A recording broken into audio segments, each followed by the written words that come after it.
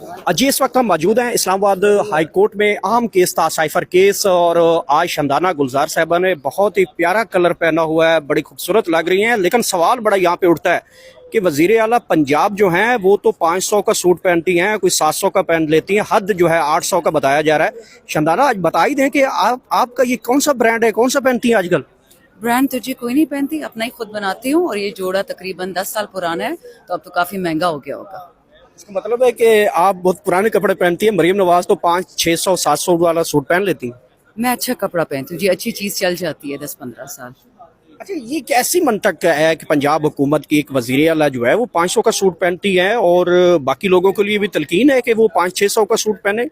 देखिए, उनकी जातियात का तो मुझे पता नहीं है, और ये 500 वाली बात मैंने अभी आपसे ही सुन रही हूँ कि वो 500 का सूट पहनती है। अच्छी बात है। उनकी वजीर इत्तलात ने प्रेस टॉक में एक बात आया कि मरियम नवाज साहबा जो हैं, आप उनके शूज़ के ऊपर ना तनकीद किया करें, आप कपड़ों पे तनकीद ना किया करें, वो ब्रांड नहीं पहनती बल्कि वो आम सूट पहनती है, 500-600 का होता वो। मैं क्या कह सकती हूँ जी, अगर आपके पंजाब पाकिस्तान का सबसे बड़ा सूबा और उनकी इंफॉर्मेशन मिनिस्टर इस किस्म की गुफ्तगू कर रही हैं, तो आप समझ जाएं कि जिस तरह आसिफा जरदारी को इलेक्शन जितवाया गया, जिस तरह मरियम नवाज को इलेक्शन जितवाया गया, तो अगर इन्हीं बातों के लिए, जूतों और कपड़ों के लिए इन्होंने सीएम और पीएम और ये ओहदे इनको चाहिए, तो पाकिस्तान का क्या हाल होगा, आप खुद सोच लें। अच्छा, ये बता दें कि आसिफ अली जरदारी साहब ने और बिलावल भुट्टो ने कहा है कि अब भुट्टो साहब जो हैं वो कब्रों में बैठ के हुकूमतें बनाते भी हैं, गिराते भी हैं। आप तो अहम अमेरिका के ऊपर इल्ज़ाम लगा रहे थे, वो कहते हैं भुट्टो साहब ने हुकूमतें गिराई भी हैं, बनाई भी हैं।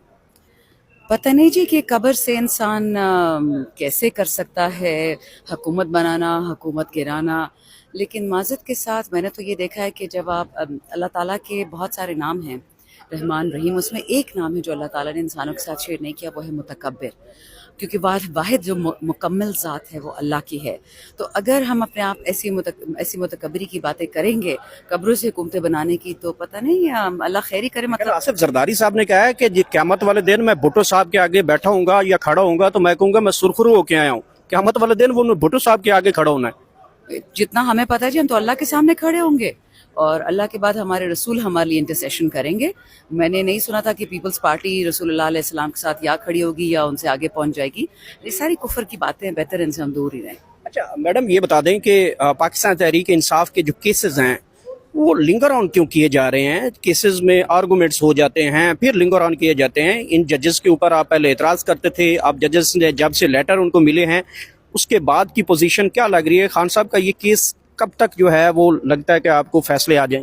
देखिए, ये लोग डील ढूंढ रहे हैं, और जब तक डील नहीं मिलेगी, अभी तो सिर्फ ये 4-5 केसेस हैं, उन्होंने तो 200 केसेस खान साहब पे किए हुए हैं। तो ये तो जब तक डील नहीं करेंगे और इन चोर क्लेप्टोक्रेटिक फैमिलीज को, डिनेस्टीज को आगे बढ़ाते रहेंगे, तो ये तो चलता ही रहेगा। कोई मुजज़ा ही होगा, कोई अल्लाह की तरफ से कुछ होगा जो खान साहब को और पाकिस्तान दोनों को इंसाफ मिलेगा। पार्लियामेंट में आप लोग गज़ा के हवाले से क्या सोच रहे हैं? और लिटरली बताइएगा कि जो इस वक्त खलीजी ममालिक में खासकर इसराइल और ईरान के दरमियान जो कशीदगी हो रही है, और पाकिस्तान कहाँ पे स्टैंड करता है? कोई बात नहीं सामने आ रही, क्या वजह है? पार्लियामेंट हाउस में आप लोग जाते हैं तो क्यों नहीं स्टैंड करते कि किसका साथ देना है? और दूसरा ये भी इसी सवाल में पुट कीजिए कि 2 पाकिस्तानी जो हैं वो इसराइली जहाज़ में कहाँ गए, उनको वीज़ा किसने दिया, उनको नौकरी पे किसने रखा हुआ था?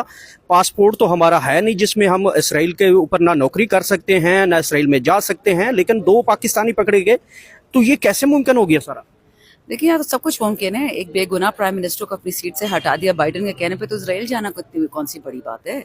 हम तो उनकी एक छोटी सी फैक्ट्री है ना, पाकिस्तानी अवाम तो उनको कीड़े मकोड़े लगते हैं।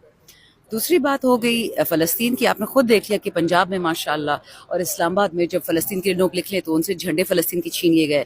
ये स्टेट ऑफ इसराइल नहीं है ना, हम इसराइल को मानते हैं, लेकिन हमारे इतने बुज़दिल और चोर इस वक्त जो लोग हम पे मुसल्लत कर दिए गए, फॉर्म 47 वाले, उनका क्या इंटरेस्ट है फ़लस्तीन से या पाकिस्तान का? उनका इंटरेस्ट तो पैसों से है, चोरी से है।